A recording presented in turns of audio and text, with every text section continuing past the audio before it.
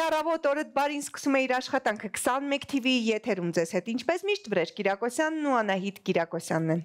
Քեզ բարի լույս, օրդ բարի, իմ Երևան, սիրտն ես հային։ Ոչ միայն Երևան, այլ նաև մարզեր, Սփյուռք եւ Հայաստան։ Իմ Հայաստան ու հայություն, որտեղ որ լինեք, բարի առավոտ, լավ ելևեջներ յուրահատուկ ձայնով Վրեժ Կիրակոսյանի կողմից եւ հենց հիմա լավ ելևեջներ մեր տեսահոլովակի շնորհիվ։ Անահիտ Կիրակոսյանի կողմից ունի ինքը տեսահոլովակ, առաջարկում եմ ռեժիսորին գեղեցիկ մի հատ տեսահոլովակ Անահիտ Կիրակոսյանից։ Գնացինք։ Թող բացվի առավոտը թար քեզ համար։ Այսօր մայիսի 20-ին նշվում է մեղուների համաշխարհային օրը։ Այդ կապակցությամբ մենք ունենք հրաշալի հյուր, բժիշկ, մեղվաբույժ Ալմինե Նավասարդյանը եւ ունենք բազմաթիվ մեղուներ մեր տաղավարում։ Մեզ մոտ այսօր բզարատ է, բզ։ Բարի լույս։ Բարի լույս։ Ինչպես եք։ Շնորհավորում ենք մասնագիտական տոնի կապակցությամբ, որովհետև անմիջապես առնչվում եք հրավերի համար մեղուների հետ։ Ինչու մայիսի 20-ը, ինչ խորհուրդ ունի այս օրը, որ հենց այս օրն է որոշվել։ Մայիսի 20-ը ընտրվել է որպես մեղուների պաշտպանության համաշխարհային օր։ Սլովենացի մեղվաբույծ Անտոն Յանշայի ծննդյան օրը, որը եղել է առաջին ժամանակակից մեղվաբույծությամբ զբաղվողը։ Այսպիսի մի խոսք կար, եթե չեմ սխալվում, որ եթե մի օր աշխարհում վերանա մեղուն, ապա ամբողջ աշխարհը կվերանա։ Այ մեղուների կարևորության մասին խոսենք, հա, ինչով են նրանք յուրահատուկ ու տրամադրում է քեզ։ Օրվա խորհուրդը հենց նրա համար է, որ մարդկանց հասարակության ուշադրությունը ուղղեն մեղուների կարևորությանը եւ նրա պաշտպանությանը, քանի որ նրանց մեծ դեր են կատարում ծաղիկների փոշոտման, բնության պահպանման, ինչպես նաեւ մեղվի եւ մեղվամթերքի արտադրության գործում։ Եվ Ալբերտ Էյնշտայնն է ասել, որ եթե մեղուները վերանան երկրի երեսից, մարդկությանը կմնա ապրելու ընդամենը 4 տարի։ Ինչու այդպես, քանի որ բնության բույսերի 80%-ից ավելին ինքնուրույն վերարտադրվել, բազմանալ ինքը չի կարողանա միայն լույսով եւ արևով, այլ պետք է անպայման փոշոտողներ։ Իրենք հատուկ գործընթաց են իրականացնում իհարկե մեր կյանքում եւ իրենց կարեւորությունը բոլորս գիտենք, բայց հետաքրքիր վերջերս նյութերի ենք հանդիպում, որ ասում են, որ այս հեռախոսների օգտագործման շատ բարձր ալիքները, այո, վնասակար են մեղուներին եւ մեղուները նույնիսկ սատկում են, ցեղեր են ոչնչանում եւ այլն։ Սրա մասին ինչ կասեք եւ Հայաստանում այսօր ինչպիսի մեղուներն են, ավելի որ տեսակի մեղուներն են, ավելի շատ եւ պաշտպանված։ Ճիշտ ասած, որպես մեղվաբույժ, ես այդքան էլ խորը չեմ ուսումնասիրել էլեկտրամագնիսական ճառագայթների ազդեցությունը մեղուներին, բնականաբար ազդում են։ Իսկ Հայաստանում ավելի շատ տարածված են հայկական ցեղատեսակի մեղուները։ Հենց հայկական ցեղատեսակի կոչվում։ Հայկական հայոց մեղուների, կովկասյան մեղուները, չնայած մեղվաբույծների մեջ հիմա շատ տարածված է արտասահմանյան այլ ցեղատեսակի մեղուների ներկրումը դեպի Հայաստան, տարբեր ցեղատեսակների, որոնք բնորոշ են իրենց հանգստությամբ, հանդարտությամբ եւ բարձր ձվածությամբ։ Իսկ քանի որ մենք բարձր լեռնային շրջանում ենք, մեզ մոտ ավելի շատ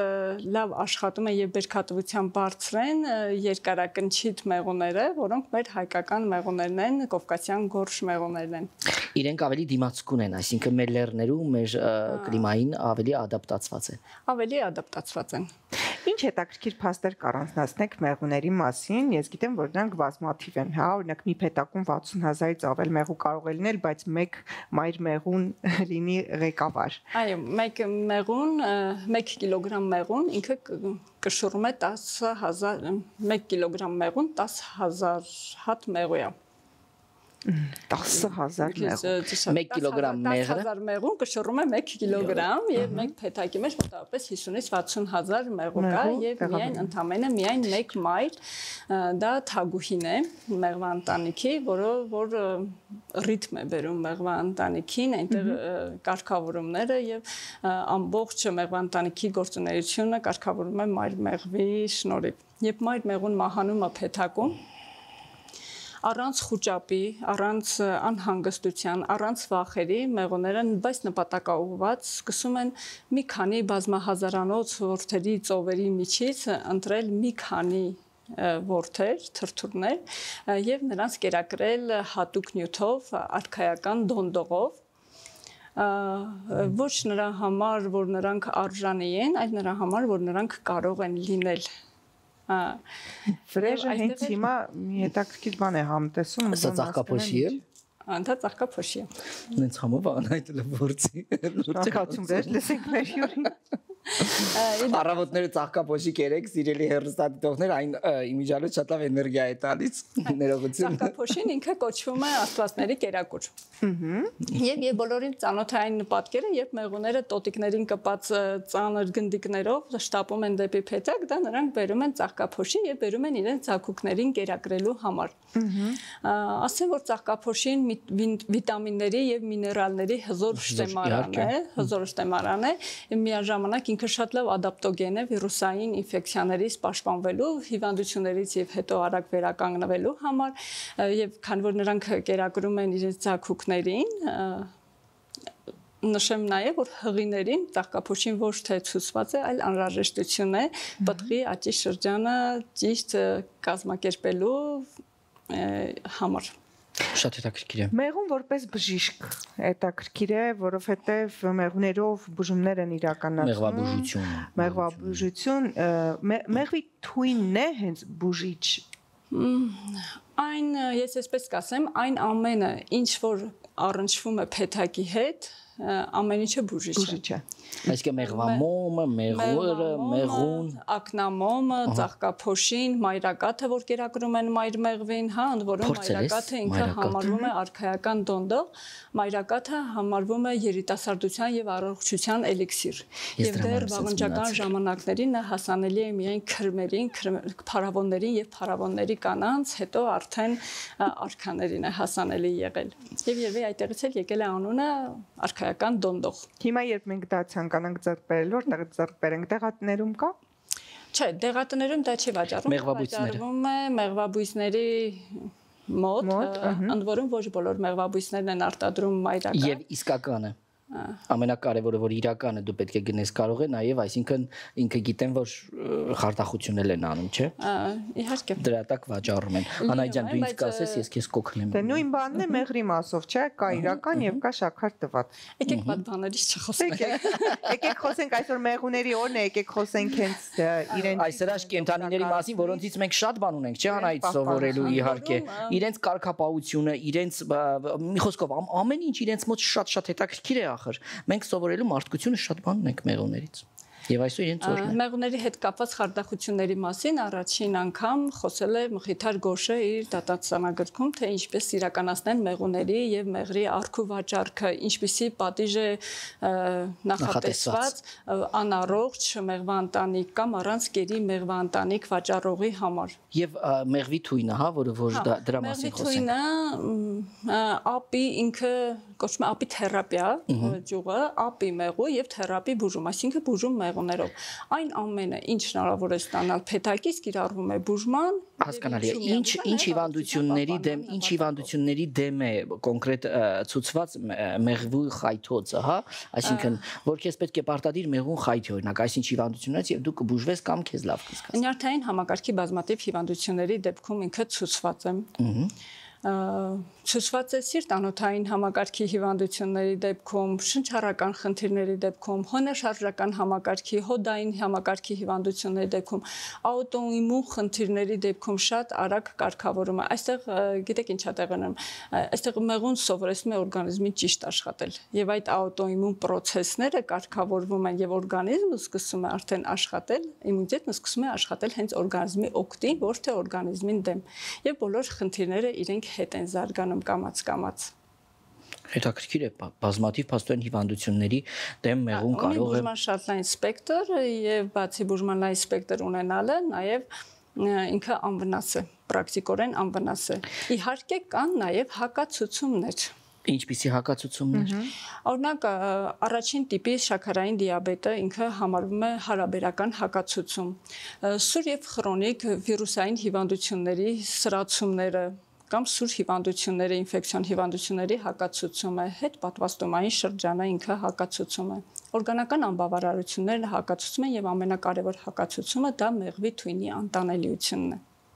Որ այսինքն առաջացնում է մարդու մոտ արդեն այդ ալերգիկ ֆոնդը եւ այլ ես իդեպ ունեմ դա եւ հենց ինձ գծեց պետք է պարտադիր գնամ բժշկի։ Այ հետաքրքիր է այսօր մեղվաբուժությունը որպես բժշկություն Հայաստանի Հանրապետությունում մեր երկրում որքան է այն կիրառելի, սա նաեւ ավանդական բժշկության մի ճյուղ է, չէ, եթե չեմ սխալվում համարվում եւ որտեղ է ավելի շատ կիրառելի եւ որտեղ կարող են գտնել եւ մեղվաբույժներին դիմել եւ բժշկվել։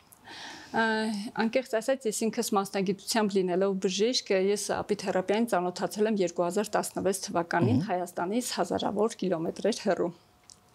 Եվ ինձ համար այդտեղ բացահայտեցի, որ մեղուն ոչ միայն ցավոտ խայթում է եւ մեղր է տալիս, այլ ինքը հրաշալի բժիշկ է, քանի որ իմ շուրջը ես տեսնում էի ինչպես են մարդիկ բժշկվում, բուժվում իմ աչքի առաջ օրերի ընթացքում։ Ասենք հետ ինսուլտային շրջանի վերականգնում, ողնաշարի խնդիրներ, երբ որ հազիվ քայլելով դեմքի միմիկան արդեն նայում եք այդ մարդիկ ցավից հազիվ են Պարուսևակն ասում է, երբ խոր ցավից մոր ժպտում է համառությամբ, այդ ժպիտը վերջի փոխարկվում է ծամածռության, վերջում մարդիկ ուրախ քայլելով տրամադրությունը բարձր, աշխատունակությունը վերականգնված, կյանքի որակը կարգավորված վերադառնում էին տուն։ Ես որպես բուժառու էի ինքս ծանոթանում ապիթերապիային, որտեղ գնացել էի ինքս մեղվի խայթեր ստանալու նպատակով։ Ինչ հետաքրքիր է։ Տեսնելով հասկանալով բուժման արդյունավետությունը ինձ ոչինչ չէր մնում, որ հետաքրքրվեի եւ վերապատրաստվեի եւ փորձեի նաեւ մեղվաբուժությունը բերել Հայաստան, որ մեր բնակչությանը նույնպես օգնել, կարողանան լուծել, հաղթահարել իրենց առողջական խնդիրները։ Բայց ցավոք սրտի պետք է ասեմ, որ մարդկանց 99%-ը չգիտի ինչ է ապիթերապիան։ Ուղղակի չգիտի, եկեք մի քիչ բացահայտենք ու նաև մարդիկ իմանան ինչպես կարող են գալ այդ թերապիա, ինչպես դիմել, որ խնդիրների դեպքում։ Խնդիրներն արդեն ասեցի, ինքը բազմապրոֆիլ է եւ ուրախություն բոլորիս պետք է ասեմ, երբ որ ես նոր էի սկսել 2018 թվականին ապիթերապիան կիրառել որպես բուժման մեթոդ, տարվա ընթացքում 1-2 հաճախորդ հազիվ ունենում էի այցելու։ Իսկ հիմա արդեն մարդիկ կարող են գալ մեղվի խայթերը ստանալ ուղղակի չհիվանդանալու համար։ Այսինքն վիրուս բաների դիմաց, երբ որ աշնանը պատվաստվում ենք, այդ տարբեր վիրուսների դեմ կարող են գալ մեղվի խայթոց ստանալ եւ չհիվանդանալ ձմռանը վիրուսներով։ Ինքը պատվաստում չէ։ Ինքը պատվաստում չէ, ես նման արտահայտություն չեմ անում։ Չես հարց եմ տալիս ուղղակի, ես բժիշկ չեմ։ Ուղղակի կարելի է օրգանիզմի դիմադրողականությունը բարձրացնել, ոչ միայն մեղվի խայթերով, այլ մեղվամթերքներով։ Իմունային համակարգ։ Հա, իմուն համակարգը բարձրացնել, ակտիվացնել եւ արդեն օրգանիզմը ինքը պատրաստ լինի եւ վիրուսներին եւ վիրուսների հաղթահարմանը։ Օրինակ իմ բոլոր բուժառուները, ես հիվանդ բառը չեմ սիրում օգտագործել,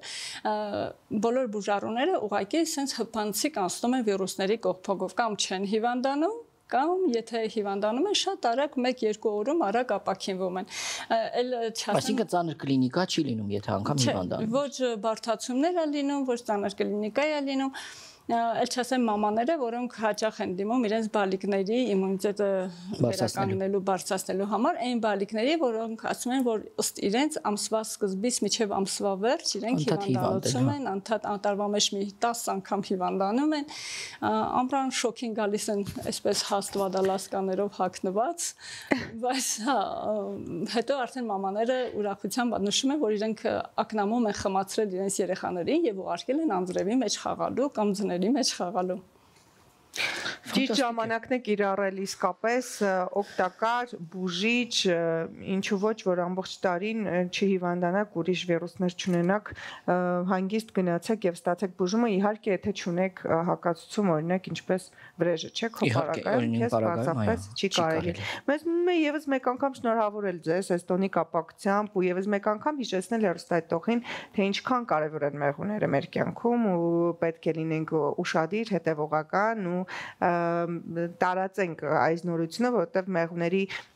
կարևորությունը բնության ու մարդկության համար անչափելի է, ինչպես տեսակ, այսօր եթե ընթացքում է փորձեցինք ներկայացնել, մեղուներ ջան, ձեր տոնը շնորհավոր լինի, ինչ կարող ենք ասել։ Իհարկե, պահպանեք, խնայեք մեղուներին, քանզի նրանք իհարկե մեր կյանքի, մեր գոյի համար եւս կարևոր են, սիրելի բարեկամներ, սիրելի մարդիկ։ Մեր հյուրն էր այսօր բժիշկ մեղվաբույժ